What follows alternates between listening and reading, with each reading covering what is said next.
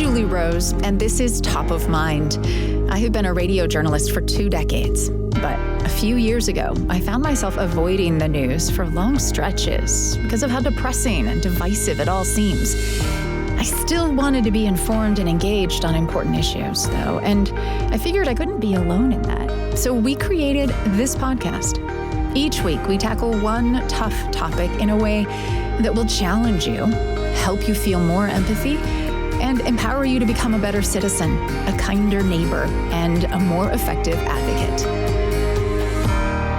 Today, a big moment for unions and why it matters. I enjoy my job and I do love Starbucks. I just want to be able to make the company better and make it what it used to be. Amanda Rivera has been a Starbucks barista for a decade. But since the pandemic, things have changed. They're just not giving us enough people to work, so we're working multiple positions during our shift. I could be making frappuccinos and also taking money and brewing coffee. It would just be weeks and weeks of just us drowning every day and trying to cover for people who just need to go in the back and cry because it's just overwhelming. And they were talking amongst themselves. Did you see what they did in Buffalo? Why can't we do that?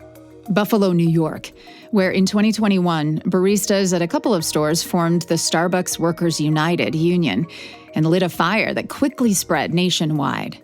So by summer 2022, dozens of Starbucks locations had voted to unionize, and Amanda Rivera was organizing her coworkers to do the same in Atlanta. It just felt like if the company wasn't going to really, truly invest in us, then we were going to have to invest in each other.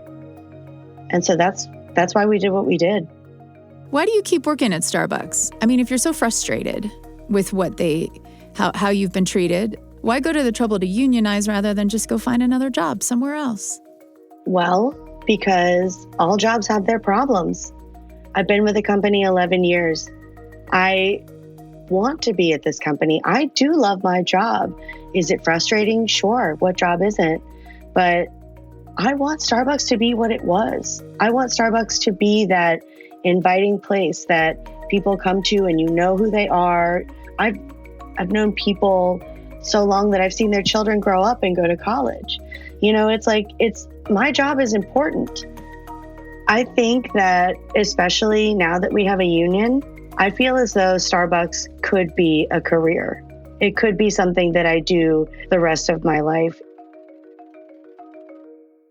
By 2023, more than 350 Starbucks stores had unionized. Workers at a massive Amazon warehouse in Staten Island stunned the company with a successful election to unionize. And meanwhile, established unions representing auto workers, screenwriters, actors, and healthcare workers were holding historic strikes. We are in a unique moment that we haven't seen for at least 4 decades. This is Thomas Cohan. He's a professor emeritus at MIT and a nationally recognized expert on organized labor. So we reached out for a reality check, because as a news consumer, it certainly feels like something's up with unions. But you never know if that's just because of all the headlines and social media, right? Well, Cohan says yes, this is big. It's a turning point even. We've seen a tremendous growth in interest in joining a union, steady increase in public support for unions, more organizing activity in workplaces across the country in different industries, and much, much more militancy in existing unions negotiating large collective bargaining agreements with threats of a strike. And most importantly, I think, they are asking for not only better wages and benefits, but they're addressing other issues at the workplace around diversity, around technology, around the values of the organization, around dignity at work. Don't call me a partner at work. Treat me as a partner. That's what the Starbucks employees are saying. Give them the respect that they want. That's something that this workforce is determined to achieve, and I don't see that going away even if the economy changes and even if some of these union drives don't meet with success. So the bottom line is these are not our grandfather's unions. And Cohan says the faster employers and public policymakers, and really the general public, figure that out, the better it'll be for the U.S. economy and for workers across the board. So today on Top of Mind, we're examining the assumptions on which many of us have built our opinions about organized labor. And we're going to spend the majority of our time inside the movement to try and get a clearer understanding of what's motivating this new wave of organizers and how established unions are responding. Kohan says the inklings of this shift began in the 1980s, an era of deregulation, corporate expansion, and weak unions. For American workers, the coming decades brought stagnant wages, increased inequality, and they began to say that, look, we need to do something to replace our lost income. And so that was the background. But then comes the pandemic and all of the experiences that we went through, both those that we call essential workers who had to go to work and deal with the safety and health issues and were said to be respected, but maybe not followed through in all cases, as well as people who were able to work at home for some or all of the pandemic. And that led people to reassess what's important to us at work, what's important to our families, what's important to our careers. Are we in the best place, or are there better places? And then the tight labor markets gave more people an opportunity to move if they felt that they weren't being treated as well as they should. And so all of that snowballed. And then as the pandemic wound down and we experienced this very high rate of inflation, which was up at 6, 7, 8, at 1.9%, this inflation was eating away at their standard of living in ways that they hadn't experienced. At the same time that companies were doing very well, and they recognized that we have lost ground, and we have lost significant ground relative to the companies that are making good profits. And into this perfect storm comes a new generation of employees, more excited about unions than their elders, and more willing to demand things beyond the pay and benefits that U.S. labor law allows in union negotiations. They say, don't tell me about what issues we can bargain on because of the law and which ones are off limits. We want flexibility at work. We want predictable schedules. We want to have a voice on new technology because we want to make sure that we understand how it's going to be used in our workplace and that we have the skills needed to engage, and we want to have a voice in making sure that we participate in those issues. You know, we have seen what our parents have experienced, and we're determined we're not going to just put up with being controlled by some big bureaucratic organization, whether that's a company or a union. We want a voice. And Kohan says Gen Z workers are more willing to walk away if companies don't respond. Gone are the days when workers joined a union for the security of spending decades at one company. And that's why I think it's very important right now that we do find a way for companies and unions and their workforces to work together to realize these expectations and to do it in ways that promote quality of service, quality of patient care, productivity and innovation, effective use of technologies. All of these are possible, but we've got to bring worker voice into those in constructive ways. Thomas Kohan is a professor emeritus at the MIT Sloan School of Management and the Institute for Work and Employment Research. So, two simultaneous avenues of activity mark this current union moment. One is established unions like the United Auto Workers or Screen Actors Guild striking more aggressively and bringing different demands to the table. And the second is workers forming new unions where they haven't been before, like Amazon and Starbucks. I kind of always felt that Starbucks needed a union. And white-collar workplaces where you might not expect a union, like tech startups, video game developers, even graduate schools. Stanford's rapidly approaching being, I think, the second richest university in the world. And it just feels to me like we should have better working conditions here. Things shouldn't be quite so difficult. Okay, but why form a union to meet those needs? That's ahead on Top of Mind. I'm Julie Rose.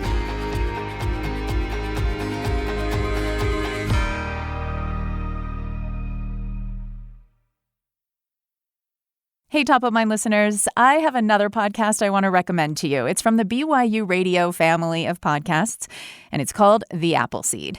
It's a show filled with stories for you and your family. Each episode features master storytellers sharing all kinds of stories, folk tales, fairy tales, personal and family tales. So it's perfect for road trips, for bedtime, or really anytime you're looking for something that the whole family can enjoy together. And the stories you'll hear will likely get your family sharing their own stories with each other, which is really the best part. It's the payoff. So listen to The Appleseed wherever you get your podcasts. Amanda Rivera has always been passionate about coffee. I was a geography major, and I had the opportunity to work with one of my professors and make maps about coffee producing countries and, where coffee grows, what allows it to grow the best, and what goes into like a really good cup of coffee. I wasn't really sure what to do after college, and so I thought that Starbucks was like this cool progressive company. You got healthcare at 20 hours, you got all of these other amazing benefits. And I was like, I could work at Starbucks, I could move my way up, I could use my passion for coffee to really make the company better. I could grow with Starbucks. But also, I always thought that it would be a good idea for Starbucks workers to have a union, but only because I thought all workers deserved a union. I come from a family of union people. My great-grandfather was a union coal miner. A lot of my uncles were in the UAW in Detroit. And so I learned from an early age of what it meant to have a union and why it was important. But it wasn't until after the pandemic, when the cost-cutting Starbucks had done to weather the crisis started to feel like the new norm, that Rivera got to thinking seriously about unionizing. My coworkers were saying, we're not getting enough hours. They're just not giving us enough people to work. So we're working multiple positions during our shift. In addition to just having people come in and order on their phones or order in the cafe, we also now have delivery orders. Work felt frantic in a way that it hadn't before. But at the same time, people weren't getting scheduled for enough shifts to qualify for the generous health and education benefits that had drawn many of them to Starbucks in the first place. So there were times when people were having to go to other stores, and that's still kind of the case. You go to a store a couple miles away or a couple blocks away to get the hours that you need to make sure that you're going to qualify for benefits. And now that Starbucks offers full payment for university through Arizona State, a lot of people are there for education, and those people need to be getting 20 hours a week to be able to stay enrolled at ASU. In public statements, Starbucks points out that it was still recovering from prolonged challenges of the pandemic when the first union organizing efforts began at its stores in Buffalo. The implication is that, given time, Starbucks would get back to being the workplace employees like Rivera once enjoyed. But as the recovery slogged on, she lost confidence. Well, what it felt like was as if the company had sold out, as if we have good things, but we're going to make it very hard to get those things, but we still want you to work at the same level or higher than you had before. And they knew other stores were having a lot of success unionizing. So Rivera and another shift supervisor took charge. I work on the morning, I talk to my people, and then the night person talked to all the night people. And we were really able to keep it very quiet, which was so important because we knew at the time, especially Starbucks was going to really come in and lie to us, tell us that things were going to be vastly different. We couldn't talk to our bosses anymore, or that we would lose benefits, or any number of things. Now, to form a union in the United States, you either have to get your employer to agree to voluntarily recognize you, which rarely happens, or you have to get 30% of your coworkers to sign cards saying they want a union. And then the National Labor Relations Board will hold an election. And if a majority of employees vote yes in that election, your union will be recognized. Union organizers will often try to keep that first card-signing step as quiet as possible so the company doesn't have as much time to mobilize opposition. As a result, companies are often caught off guard and haven't trained their managers on what they can and can't say, according to labor law. Dozens and dozens of complaints have been filed against Starbucks along those lines. And the company commissioned an independent review that concluded it had indeed failed to properly train managers to follow the law when dealing with union organizers in their stores. Amanda Rivera says convincing the other baristas at her Atlanta Starbucks to form a union really wasn't a tough sell. I think initially they just had a lot of questions. We have a lot of students and a lot of people that are around, maybe not necessarily activist circles, but are in areas that are colleges, around progressive people and progressive ideas. And so they were like, well, I'm really interested. Like, what could this be? What could this do for us? And so, we just ended up having to do our own research. We used the Starbucks Workers United website to read up on what actually is a union and what Workers United stands for and kind of a little bit of the history. And we were still not really very knowledgeable, but it felt as though we cared enough about each other every single day that we were showing up for each other and that we could show up for each other even more if we were collective. Her store in Atlanta officially unionized in July 2022, one of dozens across the country by that point. But forming a union is only the first hurdle. Next comes negotiating a contract with your employer. And on that front, Starbucks and its unions have been stymied over how to proceed, with both sides claiming the other is not acting in good faith. Amanda Rivera says things have improved at her store, even without a negotiated contract in place. We actually were just given the option to turn off mobile orders whenever there might be something going on, as if, we're super busy and we just need 15 minutes without people being able to mobile order on their phone. We're able to turn off delivery orders also now. And, that's just like the most recent thing. With the union, we now can go on strike. We now feel as though our collective voice is stronger. And so the company is more obligated to fix things in a timely manner. For instance, we have been having issues with pipes in our store. And this is wastewater pipes, not the kind of thing you want to break in your Starbucks. It had been an issue for years. We had taken it to the proper person, the manager of facilities for our region. We talked to her face-to-face about this. It has to be fixed. Our store is closing once a month or sometimes every other week because we're having wastewater come up on our floor in our bathrooms. And so it took the pipe completely eroding and having no option to fix it. They had to dig up the floor, redo the piping. We didn't work for 2 weeks. But they got catastrophe pay during those 2 weeks, which was a big deal, and something Rivera doubts they'd have gotten without the clout of being unionized. And I can't say that that's 100% a union victory, but at any other store I'd ever worked at, and even stores today, we know that you have to go and work at other places if your store is shut down for a remodel or, anything like that. But we didn't have to do that. And we were very thankful to have a little time off during the busiest time of year. And a lot of students are taking finals and that kind of thing. So it was actually a really nice 2 weeks. As the workers, we are the majority and we want things to be better. And it feels as though workers have been ignored for so long and their voice is not meant as much as it should. And so why shouldn't we try and get everything that we can?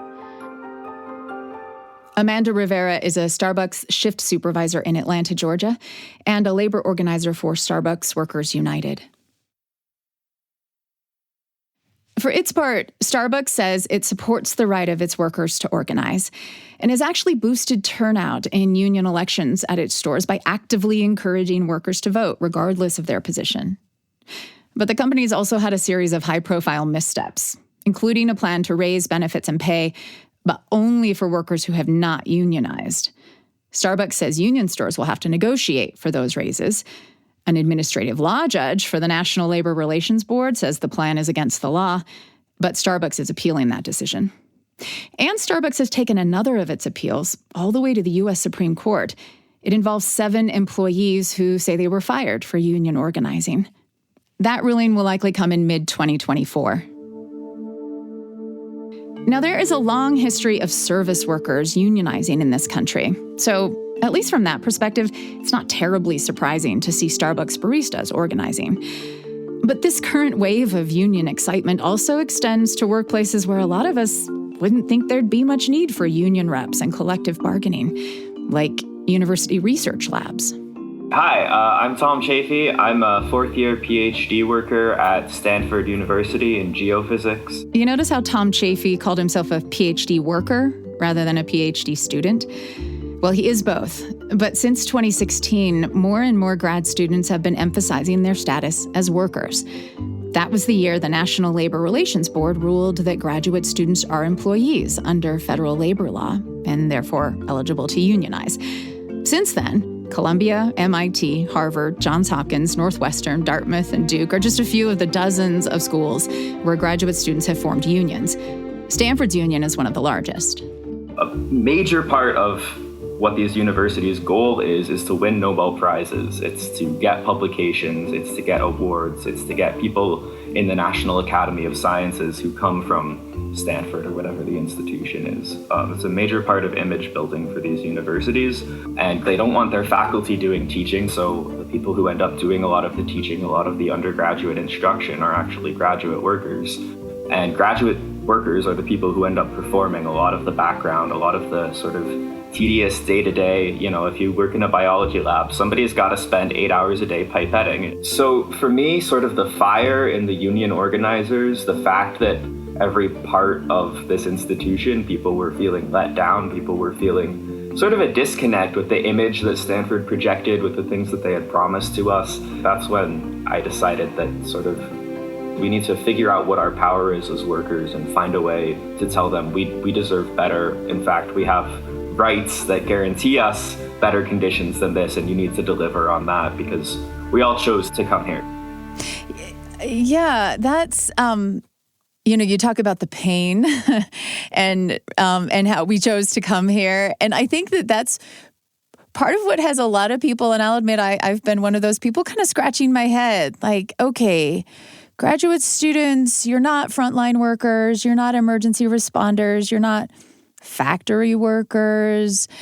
You are students who also work while you're getting your degree. And I think a lot of us have been a little mystified why you would need a union.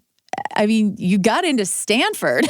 It's a dream for a lot of people thinking about educational opportunities. And yet, I mean, to be blunt, you're complaining. People feel like, those complaining grad students. So, what's your response to that? I think it's an economic question more than anything. And the cost of living is very high here. Our salary is also higher than other graduate schools often offer. However, ultimately, in terms of the cost of living, in terms of sort of the daily cost just to eat food here, or to have a car here, or to pay the rent here, it's miserable. It's honestly, I think a lot of people are struggling. And what's really frustrating about that to a lot of us is the level of work we're performing. We feel like we're doing, professional, important research that's fundamental to Stanford, that keeps Stanford going. It's sort of the mission of this institution is to carry out this research and also to assist in the education. Sometimes, grad students will be the main instructor for a course. And that doesn't come with any additional sort of compensation. That's sort of your standard TA package. Additionally, we work very long hours. For me, I'm down in the lab. I need a test that's going to run for 20 hours straight. And so I need to sort of be on call for that full duration in case, the equipment throws an error or something like that. I'm not necessarily complaining about those hours personally. I think it's sort of an expectation that I had going into this lab. But on the other hand, it is work, right? As much as I'm passionate about it, I don't want to let Stanford exploit that passion to have me, advancing Stanford's own research agenda and helping Stanford, elevate its status as a major institution without being compensated. The Stanford Graduate Workers Union was officially created and recognized by university officials in 2023. They want better pay and benefits, affordable living conditions, more protection for international students, and more influence in university decision-making. Chafee, who's a member of the union's bargaining committee, says they also want a better way to address employer harassment and discrimination. I think a lot of people have had or know someone who has had sort of a bad relationship with their research advisor or someone on their thesis committee. And we all know that there's a lot of power there that they have over sort of the direction of your entire career. An advisor can be abusive towards a student. We need actual protections about that. The sort of current things that Stanford has implemented are insufficient to actually protect the workers here, given that there's often that power imbalance. Stanford's administration says it supports the union and looks forward to negotiating in good faith. Those negotiations began in late 2023. And for starters, the university has proposed that graduate workers be able to resolve harassment and discrimination complaints through the process available to Stanford employees, rather than the one for students. Tom Chafee has a few years left in his geophysics PhD, during which time he plans to stay active with the Stanford Graduate Workers Union, in large part because of the connections he's building across campus. I've really come to appreciate the diversity of people here. I was living in a little geophysics bubble where we're all earth scientists and we're happy because we go outside and lick rocks. Not literally. You don't literally lick rocks. There's a test to differentiate between mudstone and siltstone where you actually have to grind it on your teeth a little bit in the fields. Okay. Earth science is weird. Everyone knows it. So seeing the different work experiences people have and the different life experiences a lot of people have. We have people from almost every country in the world here. Stanford really feels like a little cross-section of the whole world. We have all these different cultures interacting. And he's excited about the legacy his work with the union may leave behind. I had a lot of people who told me, I'm so glad that you guys unionized in the spring. That really made me want to come here, which is just awesome to hear. And many of them have already gotten substantially involved as organizers, which is fantastic. I guess that some of the younger Gen Z crowd really feel it in their bones that this unionization thing is how we help each other, how we work together and struggle to improve our conditions. Tom Chafee is a fourth-year PhD worker and bargaining committee representative for the Stanford Graduate Workers Union. Most of the time, these new unions affiliate with an established labor outfit, like Workers United, or the Service Employees International Union, SEIU, or the United Steelworkers, so they can tap into legal resources and seasoned contract negotiators. Because the real benefits of unionization really only come once you've secured a collective bargaining agreement with the employer. That can take years. And as we've established, this new generation of union workers has high expectations. So what's that like for the veteran union reps doing the negotiating? It makes it harder, but isn't it invigorating? Next up, how established unions are adapting in this historic moment for organized labor. I'm Julie Rose. This is Top of Mind.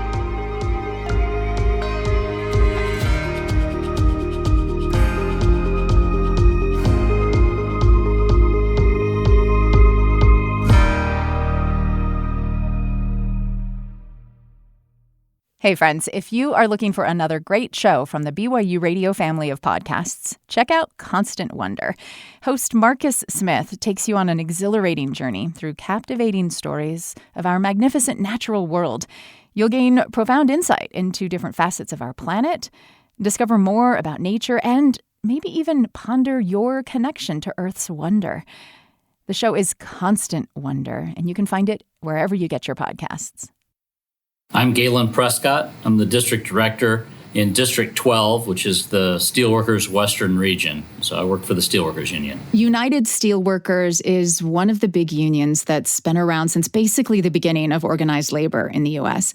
It started in steel, but today the name's deceptive. We have a lot of folks that work in oil and chemical, a lot of refinery workers. We have more paper workers in our union than any. So folks that are making your brawny paper towels, your toilet paper, those are steelworker-made products. Tire and rubber. If you have a tire made in the U.S., very likely made by a steelworker. Prescott got his first union job in the 1980s after a brief stint in college. Went to work in my dad's footsteps at the Reynolds Metals aluminum smelter in Longview, Washington. Your younger listeners may not know this, but the 80s were a brutal time to be in organized labor. Wages were relatively stagnated. Deindustrialization was occurring, so those pressures were mounting. Unemployment was never really low in the 80s. It was always a struggle. And like every union, we struggled to get good contracts. We lost a lot of important benefits. We had a 10-week vacation that our members used to enjoy. Every 5 years of employment, you got a 10-week period off with 13 weeks of pay. That was such an important benefit to lose. I think young people today can't imagine an environment where you could actually have 10 weeks of vacation, 13 weeks of pay every 5 years. Well, we had it. We had it and we lost it. And that made an impact on me. Prescott spent the next 40 years working his way up the union ranks. Today, he oversees United Steelworkers activity in 10 Western states and Hawaii. And a big part of his job is leading union negotiations with employers. Right now, that feels different. I think that workers have always understood the value of unions to some degree. But I do think that young folks, generationally have a different view. And maybe it's in part COVID and in part other things, but they have expectations that are even higher than the generation before them in terms, and when I say expectations, I'm not talking about expectations necessarily about remuneration, about wages, but I think they have an expectation that they be treated with justice and dignity in the workplace, that they have a fundamental human right to being treated respectfully. We want it, we demand it, and how are we going to get it? Well, maybe the union is the way to go. Well, if you ask me, it's the only way to do it. So, you mentioned that they have higher expectations. What does that look like when it comes to the negotiation with an employer? What's something that they're asking for? Attendance policies would be one example where it was fairly common for us to say to workers 30 years ago that, look, your number one job is to come to work and be at work every day. And, that may mean dragging yourself to work when you have a sick kid at home and finding someone else to care for that child. Young workers are not going to tolerate that today. They expect to be able to stay home and care for a sick child if they have a child to care for without, feeling guilty about it or suffering disciplinary action. That's an expectation that has evolved, rightfully so, and it's a challenge to negotiate that. Now, the laws have adapted to some degree with FMLA and some of this state activity that protects folks, but it's still a challenge in the workplaces, and it's a challenge to educate employers that what they have to do to abide by those laws. Are you finding that employers are more open than they used to be to those kinds of things, or are they still kind of consistently pushing back when you're at the negotiating table? They push back, but in fairness, I would say that they understand that the atmosphere has changed and the expectations are different, and they are moving in many cases to accommodate those younger workers coming in and working with us to provide some vacation relief, for example, in that first second year of employment. Really? You could really get hired on full-time at a plant or at a hospital and have no vacation time for the first 2 years? Yeah. It was not uncommon to work a full year before you had any vacation accrued at all. That was my experience. When I went to work for Reynolds Metals Company, I worked a year, and after a year, I got a week's vacation. After 2 years, I got a week and 1 day. Yes. Interesting. You got some paid holidays, like you might get Christmas off? Well, that's an interesting one, right? So if you're making aluminum in an aluminum smelter, they don't really turn off the smelter on Christmas Day. It runs 24/7, 365 days a year, and that means you're going to have to go to work. So the holidays were great because you got double time and a half, for working the holidays. So you got to make, some nice money, but you were working. I made lots of money on Christmas days.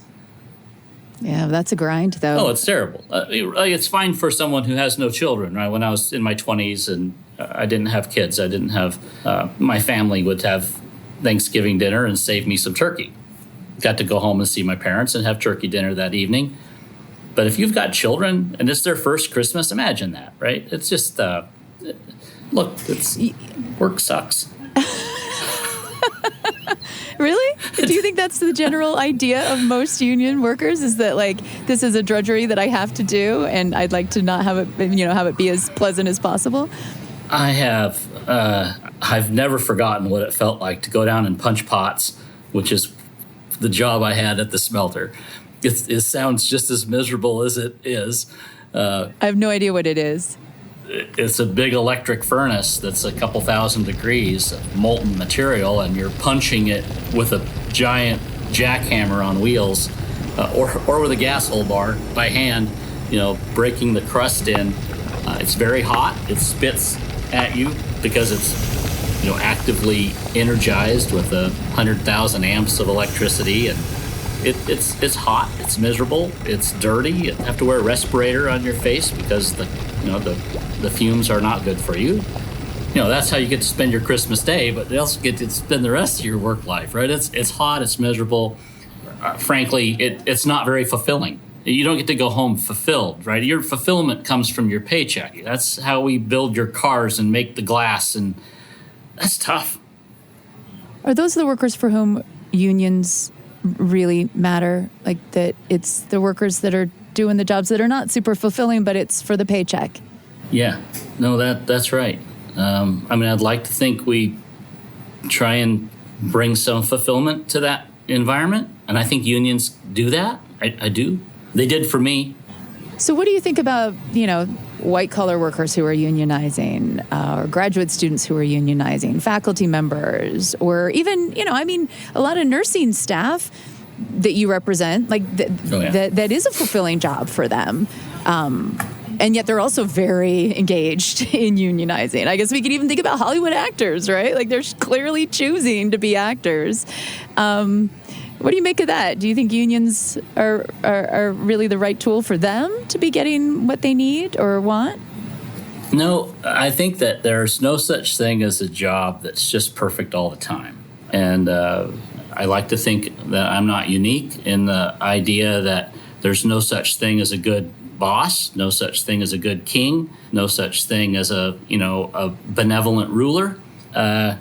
And I'm a boss, right? I got 20 staff that work for me, staff representatives, and I told them just I think we had a meeting 2 weeks ago, and somewhere along the opening comments, I said, I know I'm a boss, and I know there's no such thing as a good boss. So, what do you mean there's no such thing as a good boss?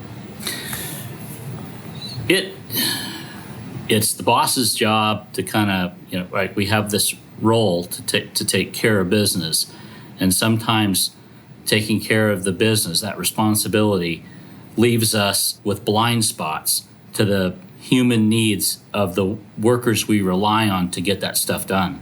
I'll tell you, as a union leader, the expectations of our staff is tremendous. They don't work 40-hour weeks. They work, in some cases, 70 or 80-hour weeks probably. I don't measure it. They do it as a labor of love, but they also do it because there's an expectation to get it done. And I think all labor leaders, this is not unique for me, we really expect a lot from our staff. And it hurts. And that makes you a bad boss? Well, it hurts us when our members feel like they're not getting the kind of service that they need or want from their union.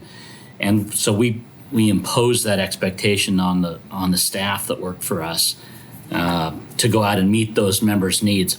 It's tough to meet that need. I will just tell you, our members have very high expectations. When they pick up the phone, they want you to answer, and they don't care if it's Christmas morning. They want you to answer the phone because they have a question about a grievance or someone got discharged and they want help now. Can you imagine that environment, working for an employer that expects you to pick your phone up Christmas morning at 9 o'clock while your children are opening presents? That's a tough thing to do. That's not a good boss. All right. So a good boss is one that can deliver a sort of perfectly balanced and reasonable and satisfying work experience to every employee, which, of course, is impossible. Therefore, everybody's bad at it. I think you hit the nail on the head. We can't deliver that. But what we can do is if we work collaboratively with our workforce, with the folks, and they have a true legitimate voice, if they can come to me and demand better treatment without threat of retaliation by me, if they have a true open door, all bosses say, I have an open door policy. That means I'm open to hear what I decide I want to hear. They don't really they're not required to hear you out. They're not required to make action. But if you are represented, if you have a union, then that open door is not an open door. It's truly a right to demand justice and dignity from the boss. Our members, our staff, these 20 folks that I talked about, where my expectations are high, they're represented. They have their own union. Oh, I was going to say, so your employees are unionized and you're the employer in that scenario. You have their union coming to you and saying, we don't want to answer our phones on Christmas Day or whatever it is. Yes, that's correct. They're represented. Do you enjoy that experience, being the employer that has a union coming at you? It's the worst element of the job. I don't want to be an employer. I don't like being an employer. I'm not very good at it. Frankly, we're just not very good at it. Mostly because of the unrealistic expectations probably that you place upon yourselves. And I mean, unions have such high expectations of employers that it would really stink to be an employer within that environment, knowing that you can't fulfill those expectations. It's just this yin and yang. It just, I'm not comfortable in the role. I don't like the role, but it's a necessary role. I understand that. You want your employees to have union representation. Oh, I love it. I mean, if I'll tell them, I've got a plan. If you don't like it, we can talk about it. And if I dig in and we're going to do it and you still don't like it, you have a grievance procedure. Challenge me. Feel free. I will have no hard feelings. I wish every boss would think that way, right? Workers deserve a voice. So these high-profile strikes that we've seen happening here over the last couple of years, what effect is that having on your membership? Is there more of a hunger, more of an appetite right now among your members? I think so. There's always, I can tell you, I've been doing this a long time. Our members want to go on strike a lot. And, sometimes it makes sense to do that, but it's pretty rare. It's pretty rare where that's the right move. I think that we really, 99% of our contracts are negotiated without a labor dispute, without a strike. And that's a number that's still true today. As much as you read about strikes in the news, we don't see workplaces running out on strike everywhere. We've seen employers bend to the will of those higher demands. We've seen some of the richest labor negotiations in the last couple of years as we've ever seen. And that's because we're smart. We're good at the table. We know what we're doing. And there are real needs that need to be met. When does it make sense to go on strike then? When employers are just at their core disrespectful to working people. When they want to fatten their already fat pockets off the backs of workers. Where they don't respect the value and the contribution that workers are making to their organization. That's when you're forced into a place where you've got to take that extra measure and demand justice and dignity and demand respectful treatment. And so the fact that you're rarely going on strike means that most employers want to do right on some level by their employees. I think that I'll say it this way. Usually not out of the gate. I wouldn't say most employers are that way out of the gate, but I do believe that if we behave respectfully at the bargaining table, if we do a good job of representing our members and we're not just being silly union leaders posturing for applause, if we're being thoughtful about the approach and educating our members about why we ought to do this or ought to do that, employers respect that, and they'll come around. And while they may start off as an adversary and thinking that we're adversaries, that's just the nature of the beast, but they may think we're an evil that needs to be eradicated. Okay, that's how some employers look at us, and we can usually fix that. We can usually tell them, look, we're an institution that are simply demanding to be respected. Does the presence of a union increase the chances that relationship will be antagonistic between the employees and the employer?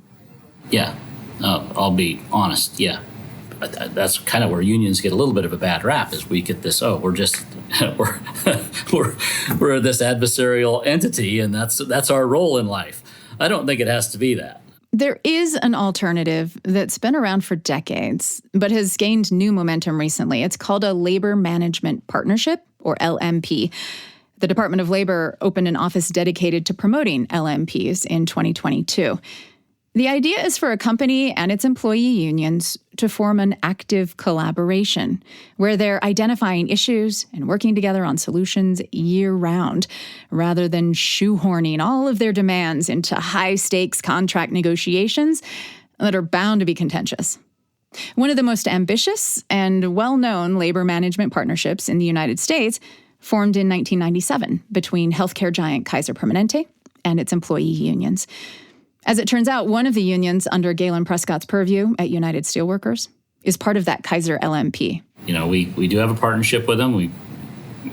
It's a frustrating one, but it's certainly they do make an effort. I'll give them that, a real effort at times. And at times, not such a real effort. He says it's just really hard for a large organization to create a lasting culture where managers all up and down the ladder are truly listening to employees. And not just responding empathetically, to get them, to make them go away, but actually hear what they're saying and then validating their input by putting actions into place that fix the problem. That's a challenge because it's kind of antithetical to what a boss is supposed to do. You're responsible for leading the organization and meeting your objectives. And when you start relying on your workers to guide that process, it delegitimizes or disempowers the boss to some degree. Not every boss is receptive to that. And even if they're receptive at first, it's kind of a natural human tendency to, at least where bosses are concerned, to migrate back to that power structure where you don't necessarily operate on a consensus basis. The Kaiser LMP has had clear ups and downs. In October 2023, 75,000 Kaiser employees walked off the job to protest staffing shortages and tough working conditions. It was the largest healthcare labor dispute in U.S. history and lasted 3 days before Kaiser and the unions reached a deal. We invited Kaiser Permanente to talk with us about the labor management partnership. They declined, but they have publicly affirmed their commitment to getting the LMP back on track. For his part, union negotiator Galen Prescott still sees a lot of potential in labor management partnerships. In fact, it's the arrangement he'd actually prefer. If the employer will cooperate and give us the kind of assurances we need to have a jointly administered process where the union is truly a partner, then I would prefer to have it. But if it's just going to be window dressing, then I have no interest in that because it can be really risky for the union. It makes us look like we're in bed with management, frankly, and that can be detrimental to our objective. So it has to be done right. People need to be empowered. Galen Prescott is director of District 12 for the United Steelworkers. You remember Thomas Cohan, the MIT labor expert we heard from earlier? Well, he's a huge proponent of labor management partnerships. He actually helped to form the Kaiser one back in the 90s. So I talked to him about it too. And he said that LMPs, when they're done right, are a way to give workers a voice without the drag on profits and productivity that companies fear when employees unionize. Kaiser Permanente had suffered a decade of losses prior to forming its partnership with the unions. And since then, it's had 2 decades of strong returns and continued to pay industry-leading wages, says Cohan. The traditional form of arm's length where the company tries to keep the union having limited influence, the union is just pushing hard for improving wages and protecting workers who may not be performing their jobs adequately. Yes, that's going to lead to lower productivity and slower innovation. But over the last 30 years, we have seen places where unions are treated as partners with management, where unions are accepted, where workers themselves at the workplace are encouraged to work in teams and meet on a periodic basis, usually at least a monthly basis, to talk about what are the issues we're facing and how do we work together on these things. And that's supported by unions that work with company executives at a higher level, where they share information, they oversee these joint processes, and then they take action on a more organization-wide level to address the issues that are bubbling up from the workforce. That improves productivity. It improves job satisfaction and lowers turnover. So it has real economic benefits to the company and to the workforce. Those are the forms of labor management relationships that I have been promoting for at least 40 years. And I think we've seen successes. We just need to see them spread as the norm. But if we're going to have these pitched battles between business and labor, then we're going to be stuck in the old model. And we won't make the changes to really realize the full potential of labor management relations and worker voice. Unions and LMPs aren't the only way to get there, says Cohen. But the underlying principles of organized labor are. It's the collective effort to work to support each other, to achieve the things that are most important to people on their job, and that then allow them to really engage their work to improve the quality of work and the quality of the work that they perform for their customers, their patients, their students, the people who buy their products and services. You can call them whatever you want. Maybe they'll be called professional associations. Maybe they'll be called guilds. Whatever we call them, they're going to be organizations that pursue those principles of advancing worker voice, giving workers themselves more voice over the things they care about, and working hard in building bargaining power, but then working hard to work collaboratively with employers that are willing. Those are the unions of the future. We may come up with different terms, but the functions are still the same. Professor Cohen, does this new wave of union support and activity and these new kinds of demands that union workers are making, does this tell you anything about the nature of the workplace in America, what we Americans are thinking about work and what it means to us? I absolutely believe that Americans are looking for higher quality work, higher quality jobs, higher quality careers. If you look historically in the 1940s and 50s, 90% of us who grew up, and I grew up in that era, could look forward to doing better than our parents. Today, the chances are 50-50 of children being able to do better than their parents. That says that there are a lot of people, parents, grandparents, who worry about this for their children or grandchildren, and the kids themselves look at the reality and say, I'll never be able to buy a house. I'll never be able to afford the standard of living that I grew up in unless something changes. That's what's driving this. And I believe American workers are realizing that, and they're taking action now to try to figure out what can we do.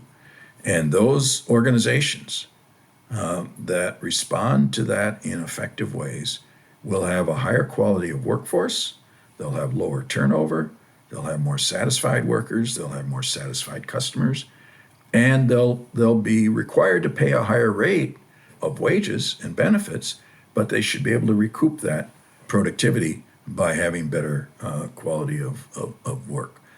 Thank you so much for your time today, Professor Cohen. I really appreciate it. Thank you, Julia. It's a pleasure to talk with you about these issues, and let's hope we can all have a really positive future of work. It's been great having you with us today. And would you do me a quick favor? On whatever app you're using right now, would you leave Top of Mind a rating or a review? That'll help other people to find us. And be sure to connect with us on social media. We are at Top of Mind Pod. Top of Mind is a BYU radio podcast. Today's episode was produced by Elena Beck, Samuel Benson, and me, with help from James Hoops and Sam Payne. We had sound design by Kelsey Ney, Brandon Lewis, and Trent Reimschüssel. I'm Julie Rose. We'll talk soon.